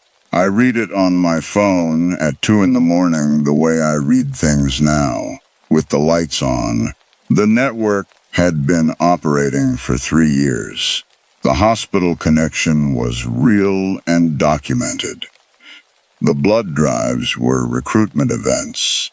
O negative was one of several types they flagged specifically, because O negative could go to any recipient without compatibility testing, which simplified logistics in ways that mattered enormously when you were moving quickly and at volume. The name of the nurse who had taken my blood sample was in the article. I had spoken to her for 4 minutes on a Thursday afternoon. I had answered her question about whether I had eaten that day, and she had smiled at my answer and told me the orange juice was to the right of the cookies. I read about the whistleblower. There was a single individual inside the network whose identity was protected, whose messages to 3 targets on the night of the operation had disrupted the planned outcome. The article described this person as a low-level courier who had developed reservations over time. I have thought about that person for 8 months. I have thought about what they knew and when they knew it, and whether they knew specifically about me, or whether I was simply one of a series of targets they reached on that night in February. I have thought about whether their reservations were general or specific. I have thought about whether they knew about Daniel, whether somewhere in the surveillance of my life that those monitors represented, there was enough information about me for a person inside that network to understand what I had been carrying when I took the job. I do not know. I have no way of knowing. The article gave no name, and I did not ask anyone, and I will not ask anyone, and I think that is right. What I know is this. The day after I transferred my program, I called Daniel. He did not ask me why I had moved. He told me about his week, and I told him about mine, which was not what had actually happened in my week. And then there was a pause, and he said, "Hey, are you all right?" And I said, "Yes, I am fine. I am really fine." And he said, "Okay," and we talked about something else. I have O-negative blood. I have always known what that means in a clinical sense. The universal donor, accepted by anyone, useful to all. I thought I understood the weight of that. I thought I understood what it meant to have something inside you that other people need. I did not understand it the way I understand it now. Last week I went to the health center at my new university. Not for a blood drive, for something routine. And when I checked in at the front desk, the woman behind the counter printed my information and placed a white adhesive label with black print on the edge of my file, my name in clean block letters. And she slid the file into a rack with other files and other labels. A row of white strips with black print waiting to be assigned, and I stood at that counter and could not move for a moment that was longer than it should have been. She asked me if I was all right. I said yes. I was fine. I was completely fine. I watched her hands, the way they moved through the files, the way they found mine without looking, the practiced efficiency of it, and I thought about all the things a person can be trained to find in plain sight. All the things a person can be trained to see. And I thought about what it means when the training is the only thing standing between you and what you did not want to know. I still think about it. I think I always will.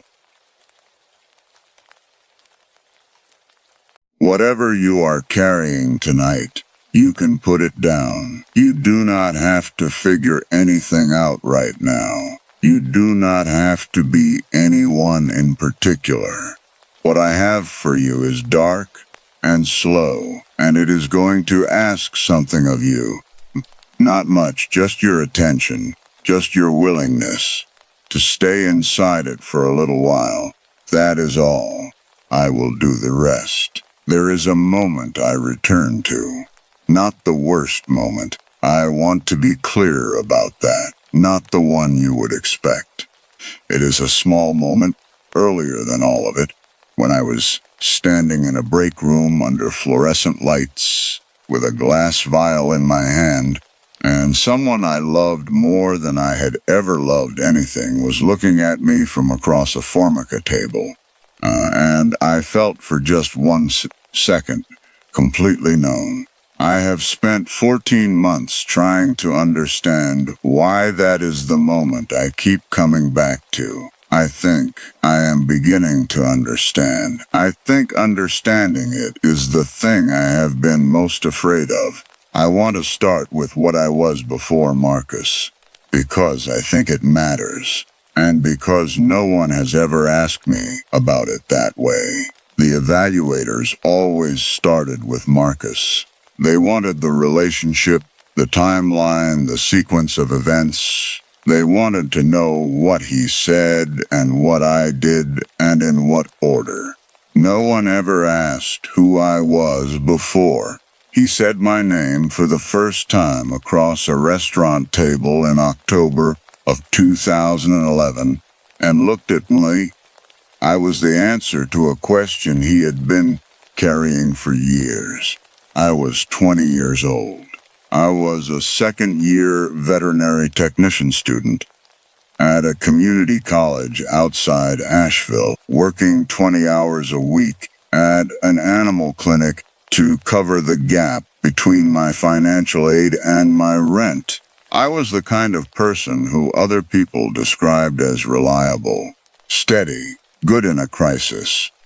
My supervisor at the clinic used to say that about me, good in a crisis, and she meant it as a compliment, and I took it as one, and neither of us understood at the time that what she was actually describing was a person who had learned, very young, to make herself useful in order to justify the space she occupied. My parents were not cruel. I want to be clear about that. They were simply people for whom a child was, among other things, a logistical arrangement, and I was a child who understood this early and adapted accordingly. I did not cause trouble. I did not ask for things that were difficult to give. I became, by the time I was 12 or 13, a person who could be trusted to handle whatever needed handling. And I wore that competence the way other girls wore their prettiness, as the thing that made them worth keeping around. I was good at the work. That part I want you to understand completely. I was genuinely skilled. I understood pharmacology in a way that surprised my instructors. Not just the names and the applications, but the mechanisms, the way molecules move through tissue. The specific relationship between body weight and absorption rate, and the narrow margins inside which a sedative does what you need it to do without doing something else.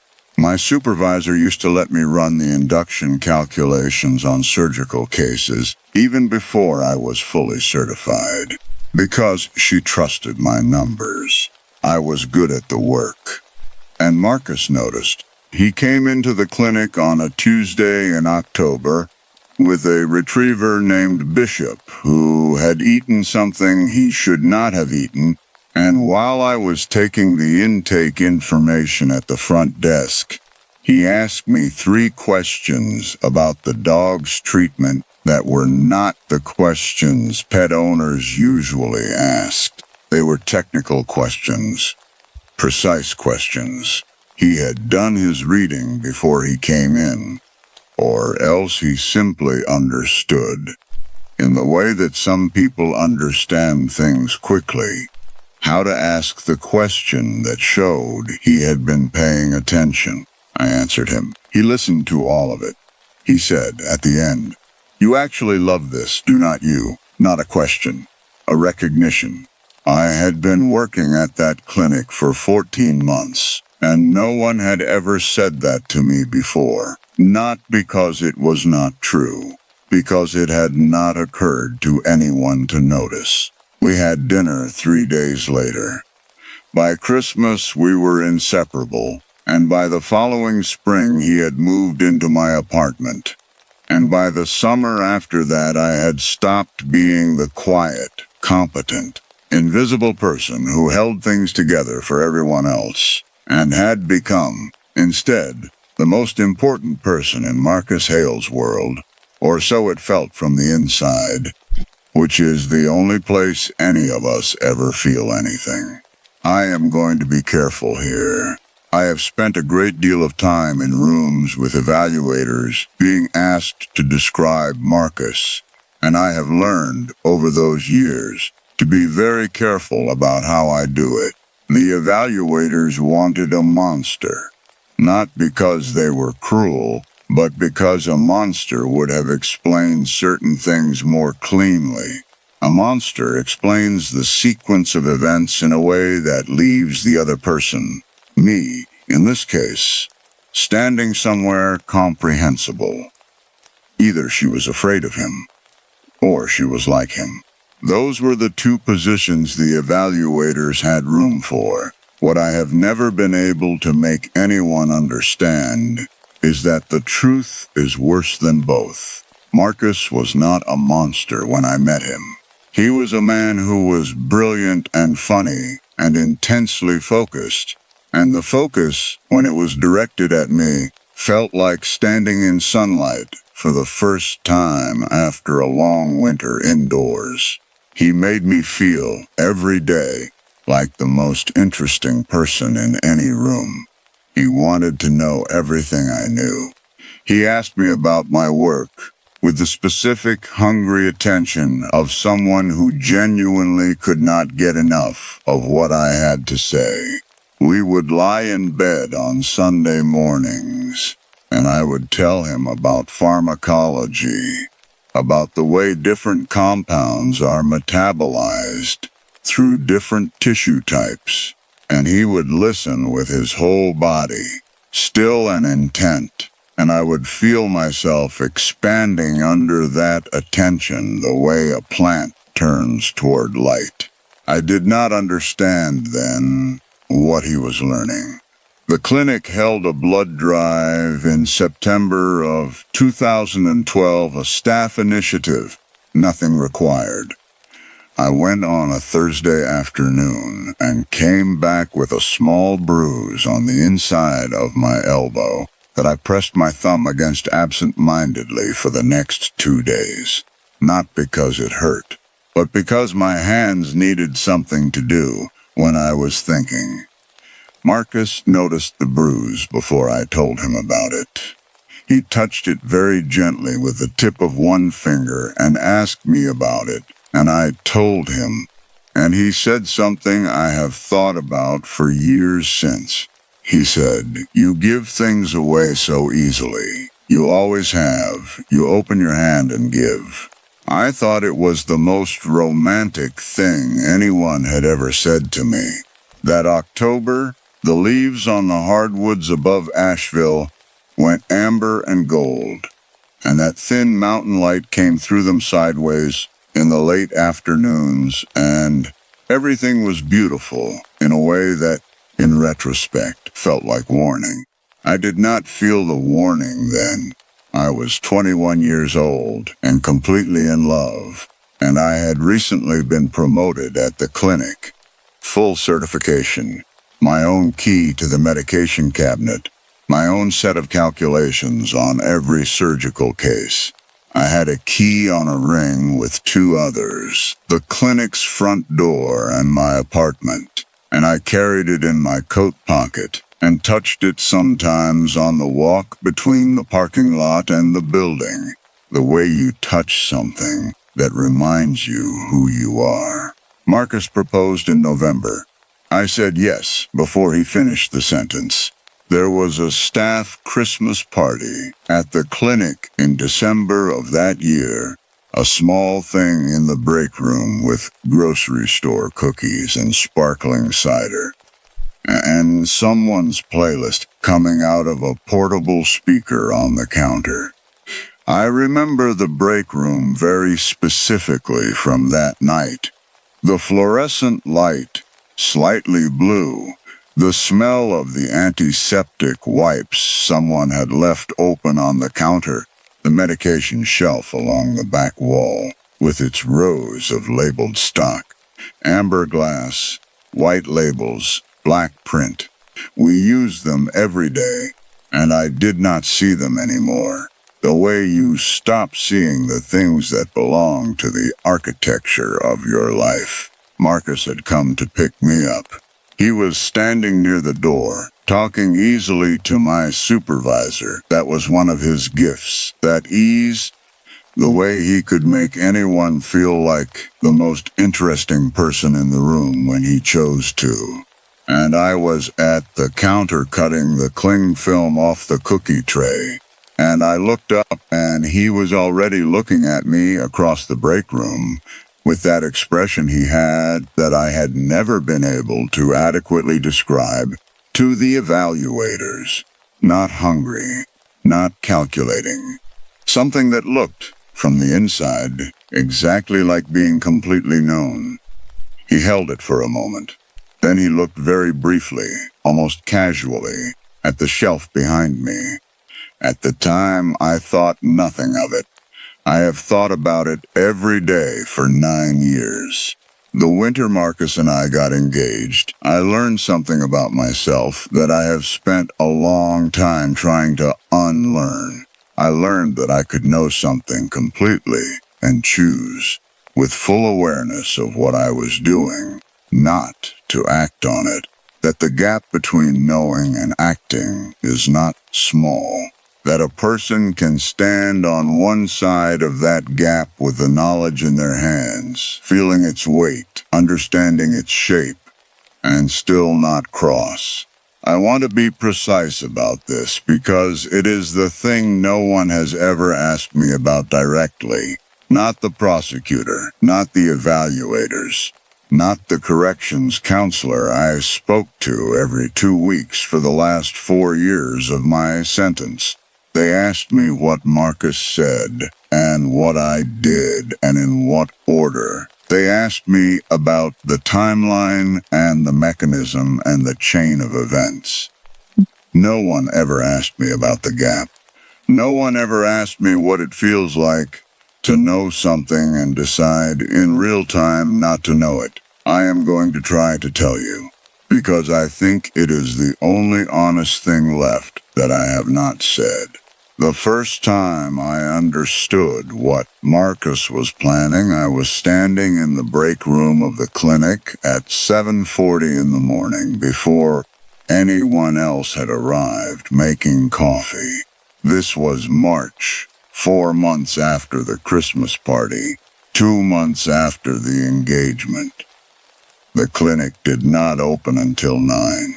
I came in early twice a week to run inventory on the controlled substances cabinet, standard procedure, required by our DEA registration, something I had been doing since I got my full certification.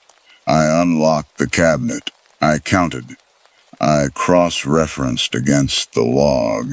Everything was correct, which was what I expected, which is why what happened next took a moment to register. One of the amber vials was in a slightly different position than I had left it. Not wrong, exactly. Not missing, not damaged, not tampered with in any way I could document. Just placed at a slightly different angle than the angle I always returned it to. Because I am a person who returns things to specific positions, and I know what those positions look like, and this was not quite right. I stood in front of the open cabinet for a long moment. I checked the log again. Nothing was missing. The vial was full. The seal was intact. I closed the cabinet. I locked it. I put the key back on my ring with the clinic's front door key and my apartment key, 3 keys, and I held the ring in my hand for a moment in the early morning quiet of the break room, feeling the weight of them. And I thought about Marcus and the Christmas party and the way his eyes had moved from my face to the shelf behind me and back again in the space of 1 second that I had noticed, and immediately decided not to notice. I made coffee. I went to my desk. I opened the surgical schedule for the day, and I began reviewing the anesthesia protocols. I want you to understand what I just told you. I want you to understand it completely, because I have spent 9 years in a federal facility and 14 months outside it, watching people work very hard to construct an explanation for what I did that lets the gap be someone else's doing. The evaluators wanted coercion. The prosecutor wanted conspiracy. My own lawyer wanted a woman so controlled by an abusive partner that her choices were not really choices at all. These are not dishonest frameworks. Marcus was controlling. He was manipulative in ways that were real and documented, and that I did not understand fully until long after I had stopped being in a position to act on that understanding. But the gap was mine. The gap is still mine. I stood in front of that cabinet in the early morning, and I knew, with the specific clarity of a person trained to calculate the distance between a dose that causes sleep and a dose that causes something else, exactly what I was looking at. And I closed the cabinet and locked it and went to my desk. I did not call the police.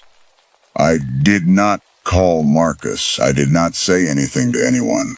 What I did for the next 3 weeks was watch, with the careful, methodical attention of someone who had been trained to observe biological systems and document what she saw. I watched Marcus, and I watched the cabinet, and I watched myself, and I kept very precise internal notes about everything I was observing, and I did not write any of it down. The second vial was in a different position on a Tuesday in April. The third time in May, there was a difference in the fill level, small, within the margin of measurement error for that type of syringe. But I had measured it the morning before, and I had measured it again that morning, and the difference was there. And I knew the difference was there. And I stood in front of the open cabinet with the key still in the lock, and I did not move for a long time. Marcus had a key to the clinic. I had given it to him 6 months earlier because his car was in the shop and he needed somewhere to wait one morning when I had a 7 o'clock procedure, and he had nowhere else to go, and we were engaged, and it had seemed like the natural thing. I had not asked for it back. I want to be exact about that. I had not forgotten about it, and I had not lost track of it. I had not asked for it back. I locked the cabinet. I went to my desk. I pulled up the surgical schedule. My hands were completely steady. I was 22 years old, and my hands were completely steady.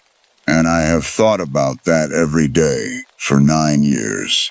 Here is the thing I have never said in any room with any evaluator with any clipboard. I told myself that I did not know what Marcus was doing with the access and the vials. That telling myself that was, in some technical sense, true. I did not know the specific plan, the specific target, the specific timeline. What I knew was the mechanism. I knew what the medication in those vials did in quantities above the therapeutic range. I knew the weight-to-volume calculations in my sleep. I knew the difference between a dose that drops something into unconsciousness and a dose that does not allow for waking. I had known this for 2 years. It was my professional knowledge. It was the thing I was good at. I told myself that knowing the mechanism was not the same as knowing the plan. That without a specific target and a specific timeline and a specific act, what I had was suspicion, and suspicion was not proof. And a person does not destroy their relationship and their engagement and the first home she has ever felt safe in over suspicion. I was not wrong that suspicion is not proof. I was not being honest about what I actually had. What I had was a key I had not asked to be returned. What I had was a cabinet I kept locking and kept finding disturbed. What I had was a man I loved who had, in the space of a single second at a Christmas party, looked at a shelf of controlled substances, the way a person looks at something they have already decided to use. What I had was a wound I had been carrying since I was 12 years old, which is the wound of the person who makes herself forceful in order to justify the space she occupies. And what that wound does, when it meets the first person who has ever made her feel extraordinary, is it makes her protect the feeling at almost any cost. I am not saying Marcus made me do it. I am saying I had a wound that made the gap possible. And the gap is still mine, and I have never once tried to give it back to him. The fourth disturbance was in June. By then I had stopped measuring the fill levels, because measuring the fill levels was a way of generating evidence, and I had decided, without deciding it in a way I was willing to look at directly, not to generate evidence. I logged what was required by our DEA registration and nothing beyond it, and I did my work, and I went home to the apartment that Marcus and I had made into something that felt from the inside like the life I had always wanted, and I did not talk about the cabinet or the key or the gap. He proposed a road trip in July, 2 weeks in the car, driving south through the Carolinas. I said yes before he finished the sentence, the same way I had said yes to the proposal, and the yes was real. I want you to understand that the yes was always real, that I loved Marcus genuinely and specifically, and with the full weight of everything I was, and that this did not contradict anything else I have told you, and that the contradiction living inside that fact is the thing I am still working out 14 months after my release from a federal facility in Kentucky. We left on a Saturday morning in July, the clinic locked, the key on my ring with 2 others, the cabinet secured. I had certified the inventory the morning before. Everything was correct. We were in North Carolina when my supervisor called. I remember the quality of the light when the phone rang. We were on a 2-lane road somewhere in the western part of the state. The mountains around us, the deep green of a southern July, the air coming through the open window warm and carrying the smell of something flowering that I could not identify. Marcus was driving. I was in the passenger seat with my bare feet on the dashboard, which was something he usually asked me not to do, and which I had done anyway because we were on vacation, and I was happy and the road was empty, and everything felt in the specific way of July mornings on unfamiliar roads, like something good was happening. My phone rang. I looked at it. Supervisor, it said. I answered it. What she told me took approximately 2 minutes. She spoke carefully, in the way people speak when they are telling you something they do not want to have to tell you.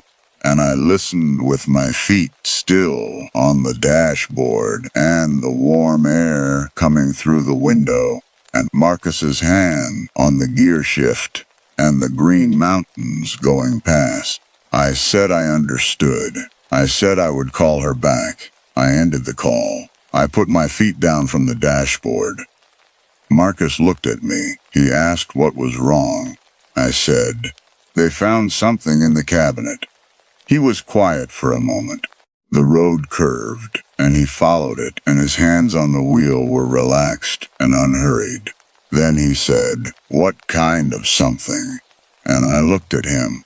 I looked at his hands on the wheel and his profile against the green mountains, and the particular quality of his stillness, which was not the stillness of a person who did not know what I was going to say, but the stillness of a person who had already decided what they were going to say in response to it. I had loved that stillness for 2 years. I had read it as calm. I had read it as safety. I had read it as a person who was not going to leave without warning, was not going to upend everything, and was not going to make the world move under my feet without notice. I understood in that moment in the car on the mountain road with the warm air and the flowering something and his hands relaxed on the wheel, what the stillness actually was. He had known from the first question my supervisor had asked me about the cabinet at the Christmas party that I was going to be the one who logged it, who certified it, whose name was on the DEA registration, whose key opened the door. He had known this, and he had been very still about it for 7 months. My mouth had gone completely dry. My vision was doing something at the edges, narrowing the way it does when the body has processed something before the mind has finished processing it. Narrowing the way it does when you understand that the thing you have been standing next to for 7 months is not the shape you have been telling yourself it was. I pressed my thumb against my left palm and held it there and looked at the mountains going past, and I thought, with the specific sideways lurch of a mind reaching for something manageable, I should have packed better shoes for this trip. I only brought 2 pairs, and the walking sandals are giving me blisters. That was the thought my mind brought me. The most manageable thought available. Marcus said, "It is going to be all right." He said it in the voice he used when he meant it, which was the same voice he used when he did not mean it. And I had spent 2 years loving that voice, and could not tell the difference from the inside, and I am not sure, even now, that there was a difference to tell. I looked out the window at the mountains. I said, yes. And I thought about the key on my ring, and I thought about the gap, and I thought about 7 months of standing at that cabinet and choosing with full awareness not to cross. What happened next is documented. It is in the court record and the inquiry findings and the evaluator reports and the coverage in the Asheville newspaper that my mother clipped and kept in a shoebox that I have not opened since my release. I am not going to document it again here. What I am going to tell you is the one thing that is not in any of those records, because it is not the kind of thing that belongs in a record, and because I did not say it to anyone in any room, and because 14 months of being outside that federal facility in Kentucky has not changed my understanding of it, only my willingness to say it. The gap was mine. Not because Marcus did not do what he did. He did. Not because the coercion was not real. It was. Not because the evaluators were wrong about the dynamics of the relationship. They were not wrong. All of those things are true, and I am not taking any of them back. The gap was mine because I had the knowledge and the key in 7 months, and I chose the love. I chose the feeling of being seen by the one person who had ever seen me as something more than reliable. I chose the apartment with all the boxes packed and the coffee mug in the right cabinet and the life that felt, from the inside, like finally being somewhere that would not leave without warning. I chose it knowing what I knew.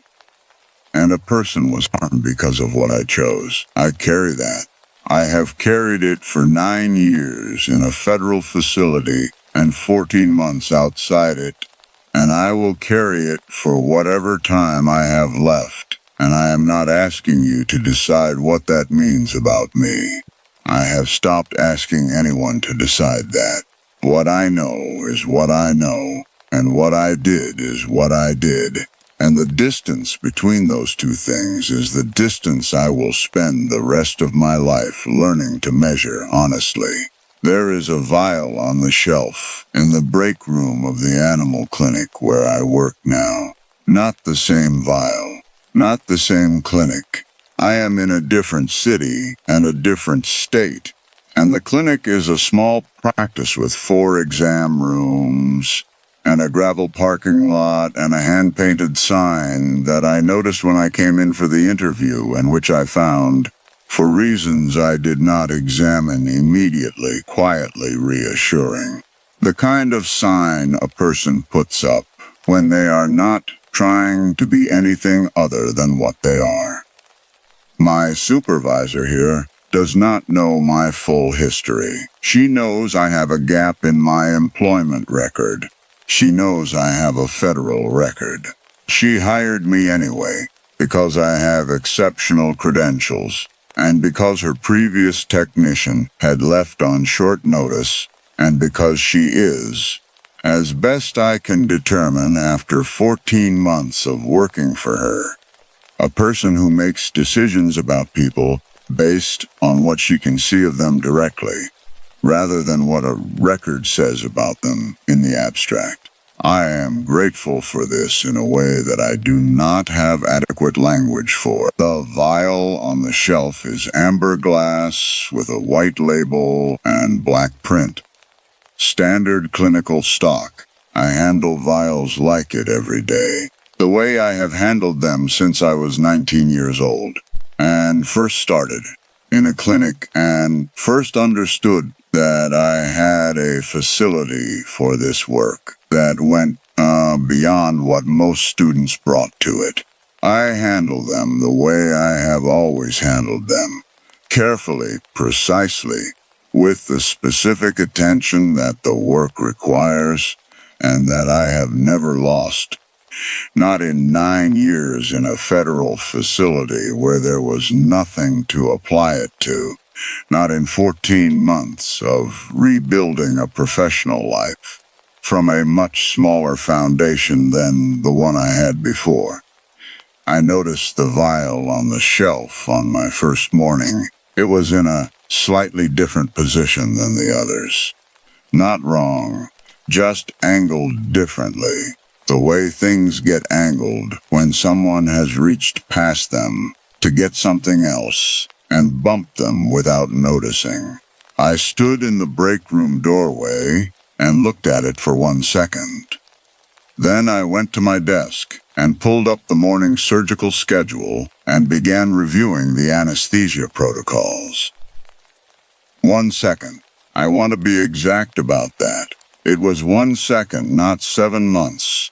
That is the distance I have traveled, and I am not saying it is enough, and I am not saying it closes anything, and I am not saying the gap is any smaller than it was. What I am saying is that it was 1 second, and then I went to my desk.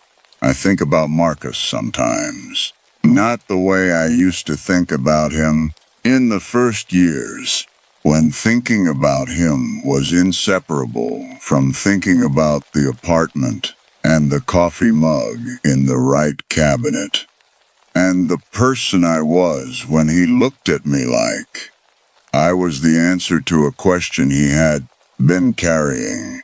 That version of thinking about him is over. What I think about now, when I think about him, is something simpler and harder to name.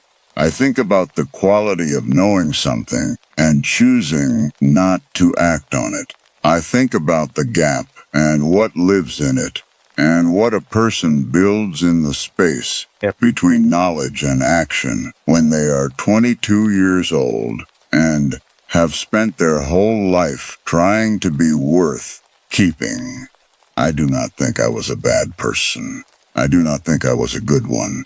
I think I was a person who had a wound and a knowledge and a key and a love that felt from the inside like the most real thing that had ever happened to her.